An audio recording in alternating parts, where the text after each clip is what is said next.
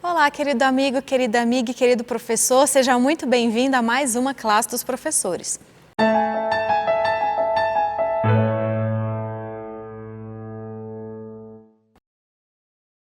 Estamos aqui hoje para estudar a nossa lição de número 4, que tem como título Jesus, nosso irmão fiel.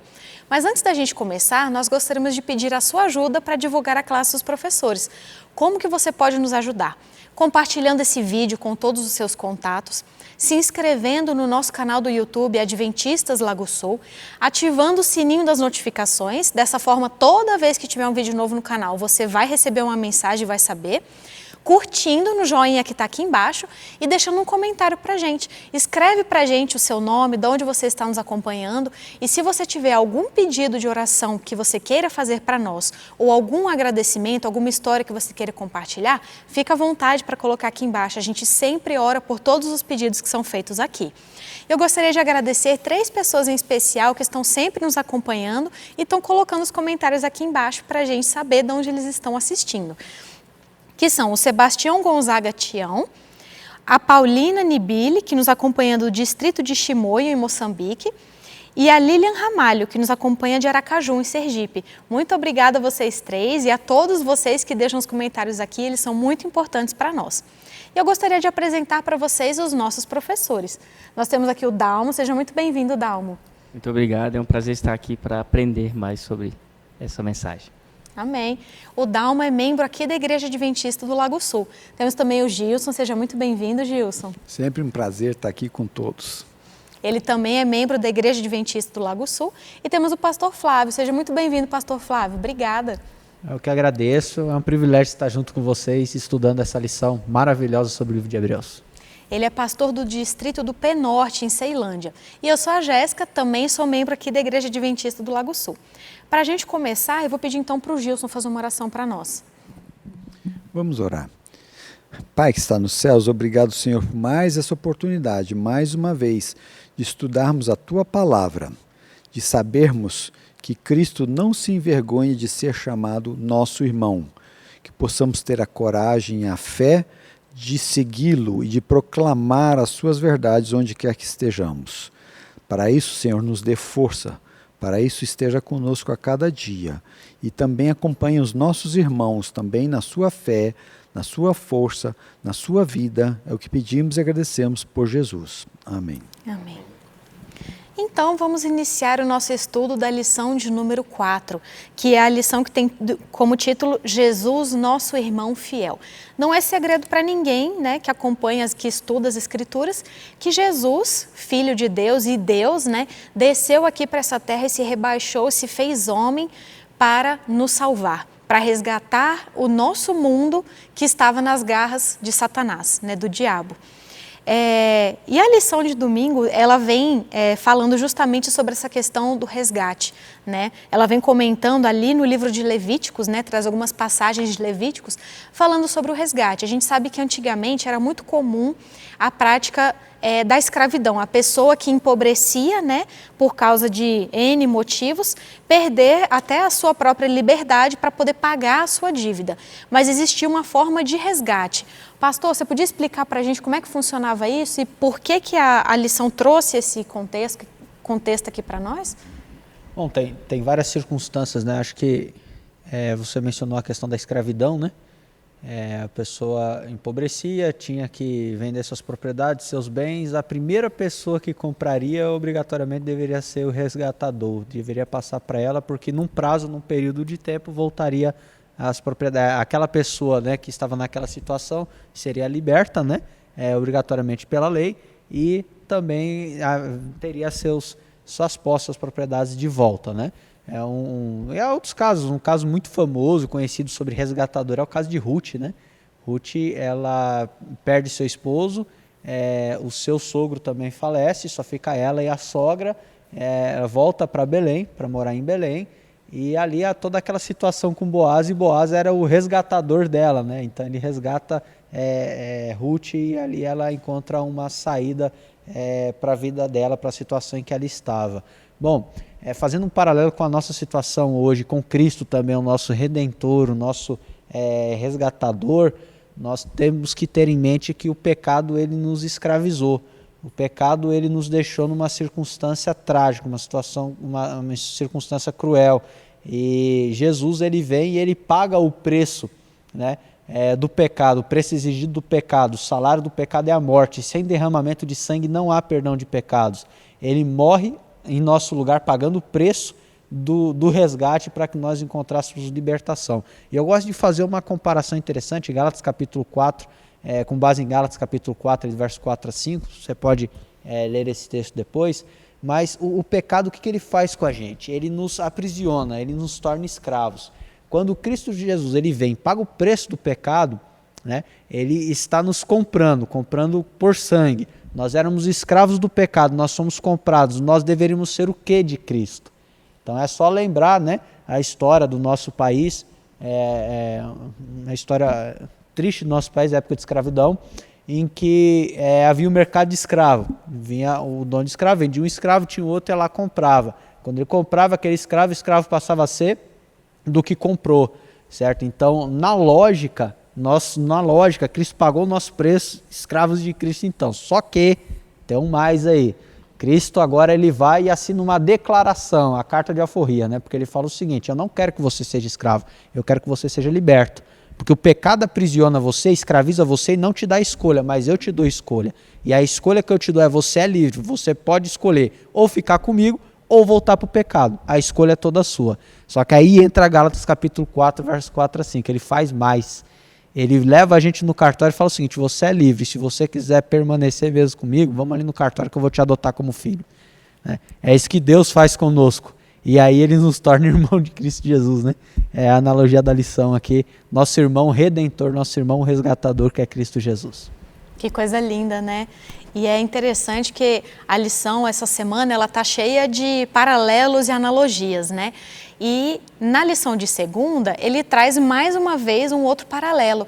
Então ele faz a lição, né? O autor da lição faz uma comparação entre o fato de Jesus não se envergonhar de nos chamar de irmãos, com toda a honra e glória que Moisés abriu mão, das quais, né, Moisés abriu mão quando ele saiu do Egito. A gente sabe que Moisés foi adotado, né, pela filha de Faraó, como se fosse seu filho, e o próprio Faraó já tinha decidido eleger Moisés como seu sucessor, né, como Faraó, né, do Egito.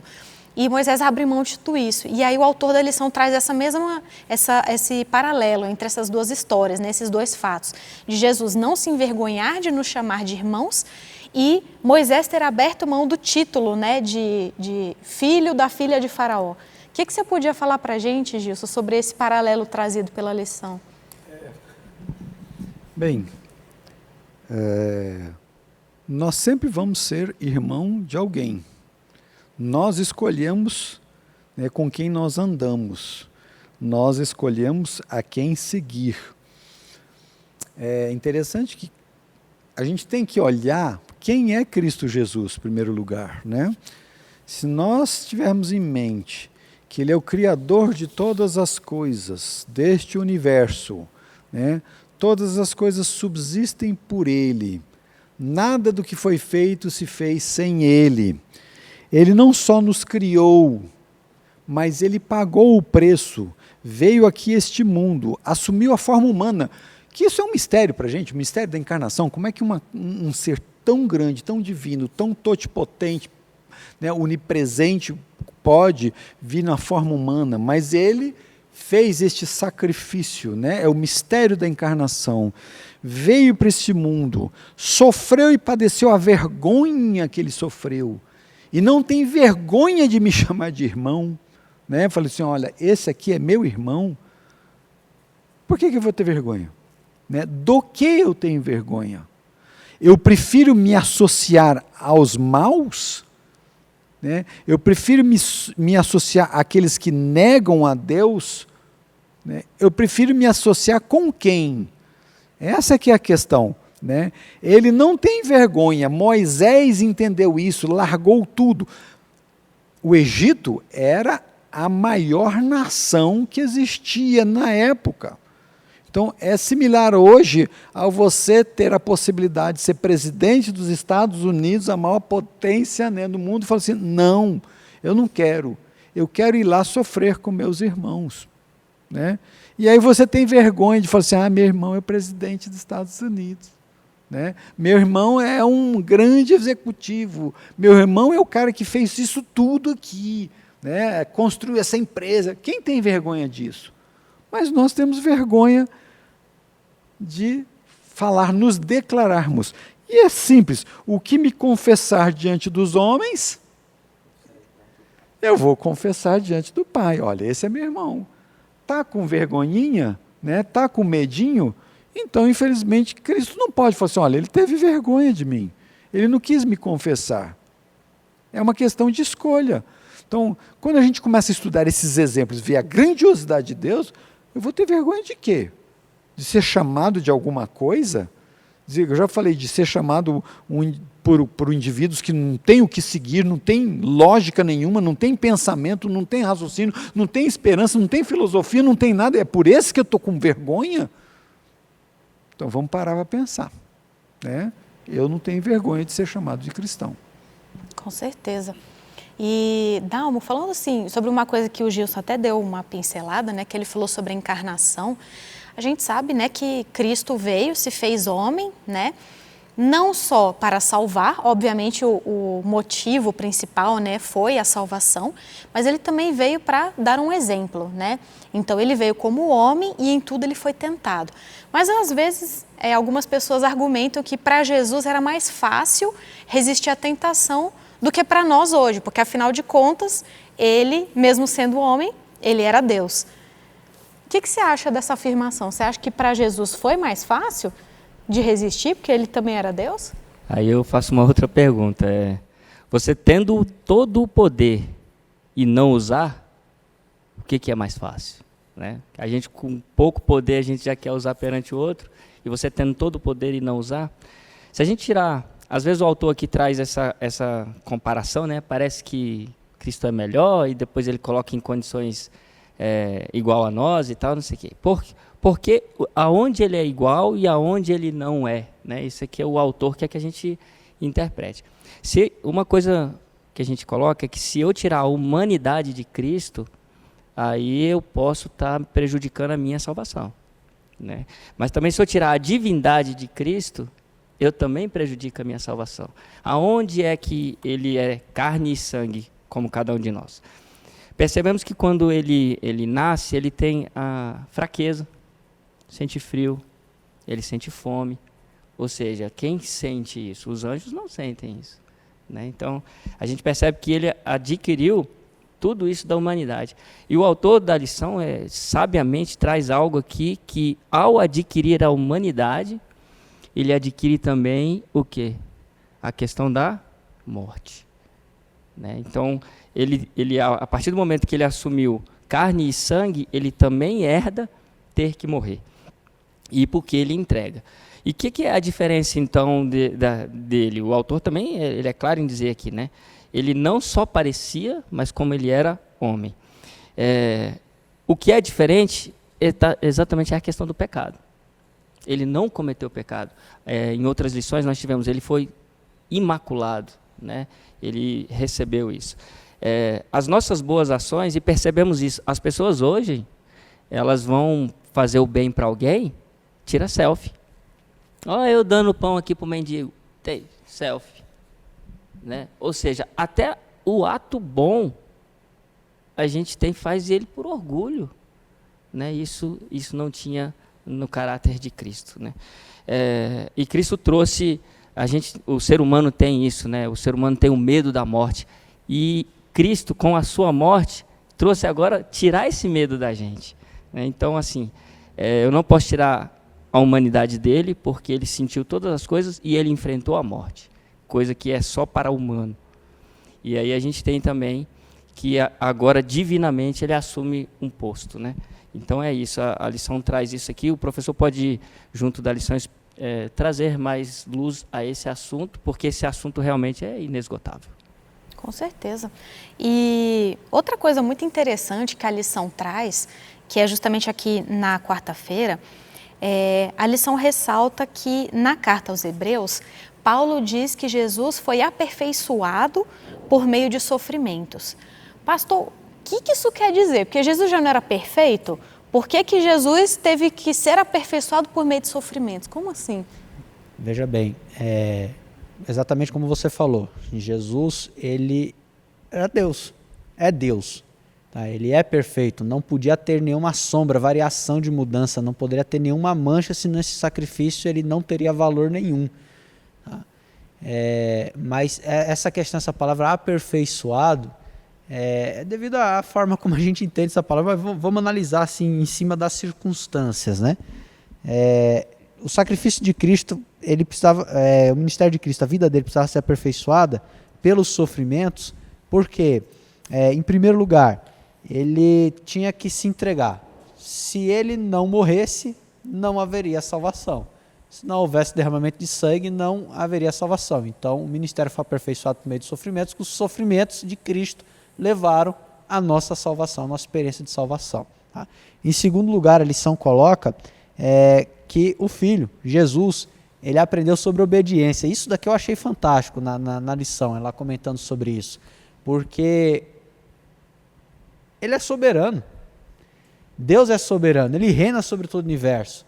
A lei é a transcrição do caráter dele. Tá? Então ele não precisava ser obediente. Ele é a lei dele, o caráter dele está transcrito. Quem vai obedecer somos nós, que somos as criaturas. Mas ele se fez carne. E a encarnação de Cristo, que nós estamos falando aqui um pouco sobre essa semana, para mim é fantástico. Depois que eu virei pai, eu tenho uma menina de 2 anos e meio, e agora tenho outra também, recém-nascida. Depois que eu virei pai, eu fico encantado com essa questão da encarnação, porque a gente imagina Deus Todo-Poderoso, Rei sobre todo o universo, se reduzindo a um bebê. Eu olho para minha filha, eu vejo a graça de Cristo Jesus, porque Cristo fez uma criança pequena, cresceu, se desenvolveu, aprendeu a Sagrada Escritura junto com a mãe ali, ó, a obediência, nos pés da mãe, aprendendo da palavra de Deus. Né? Então, ele se tornou obediente. Vale a pena lembrar um detalhe: o ataque do inimigo contra Deus é por conta do caráter de Deus. Por isso que o inimigo ataca a lei de Deus. E a principal questionamento é o seguinte: a lei aí, ó. Ninguém obedece isso não. Para que obedecer isso daqui? E aí Jesus tem que vir aqui a esse mundo e através da vida dele, né, da obediência dele, né, o ministério dele se tornou aperfeiçoado. Esses são os 2 pontos que eu gostaria de destacar desta lição aqui de quarta, que são fantásticos para a nossa análise. É verdade, né? E interessante que você até comentou por alto, né?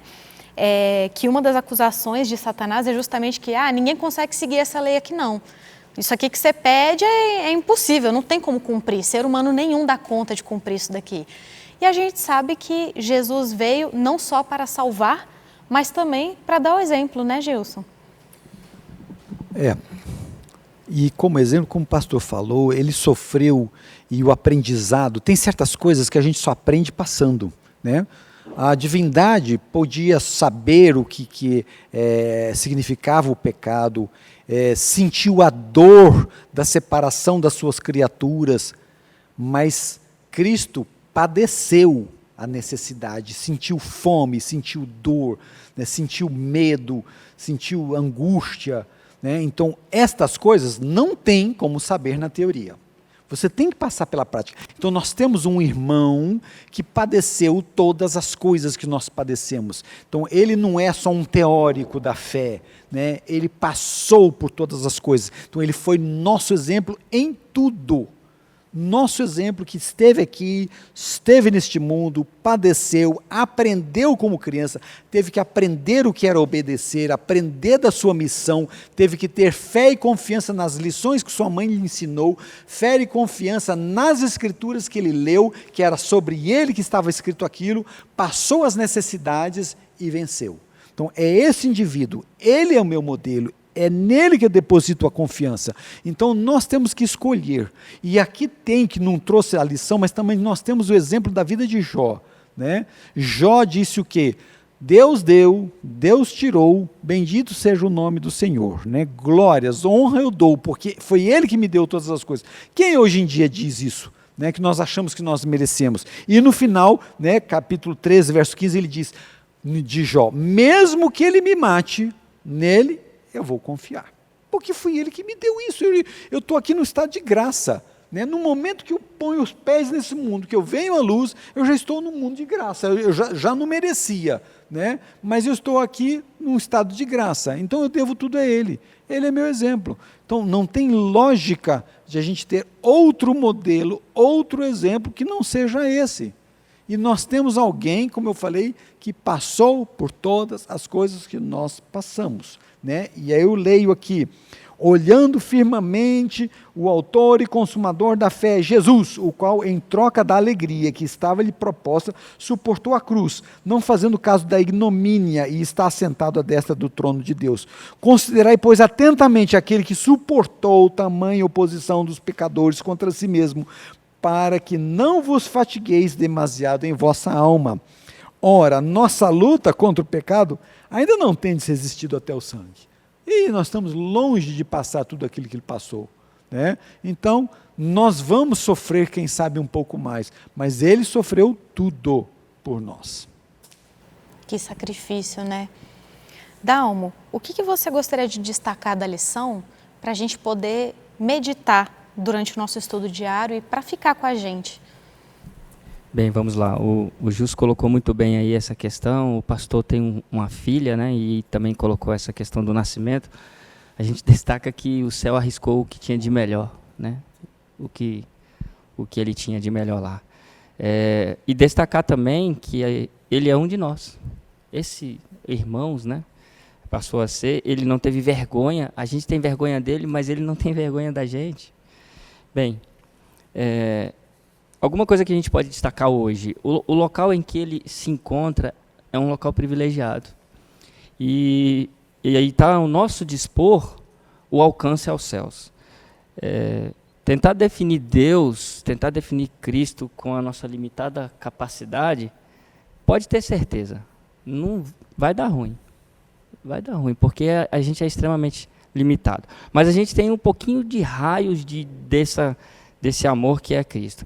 O autor traz em Mateus 5,45 que Deus faz bem, faz o sol nascer sobre os maus e os bons, e a chuva sobre os justos e os injustos. Por que Deus faz isso? Porque Ele ama todos. A gente é que faz distinção de bons e justos, e os atos de cada um é que faz distinção se ele é bom ou se ele é justo. Né? Então, é isso que faz. Mas Deus ama a todos. Então, Deus se entregou, deu de si, deu o que tinha de melhor no céu, para que cada um de nós pudéssemos desfrutar também da oportunidade de chegar até o Pai. Amém. Bom, chegamos ao final de mais uma lição. Para a gente encerrar, então, eu gostaria de convidar você que está aí e os nossos professores para fazermos uma oração. Querido Deus e Pai, muito obrigada por mais uma semana de vida que o Senhor nos concedeu. Obrigada, Senhor, porque nós temos a oportunidade de termos essa lição, de termos a Tua palavra e de podermos estudar e aprender mais sobre Ti. Senhor, por favor, transforma nossos corações, mata o nosso eu e nos ajude a entendermos, mesmo que palidamente, tudo aquilo que o nosso irmão Jesus Cristo sofreu por nós. Nos ajude a valorizarmos isso e nos ajude a sermos pessoas melhores para que nós possamos merecer um dia estar contigo nas nuvens dos céus. Abençoe a cada pessoa que está nos acompanhando, abençoe a cada um dos professores, nos guia e que tudo que seja feito seja para a honra e glória do Teu nome. Isso é que eu te peço e te agradeço em nome de Jesus. Amém. Muito obrigada pela sua companhia. Nós esperamos você na próxima semana para mais uma classe dos professores.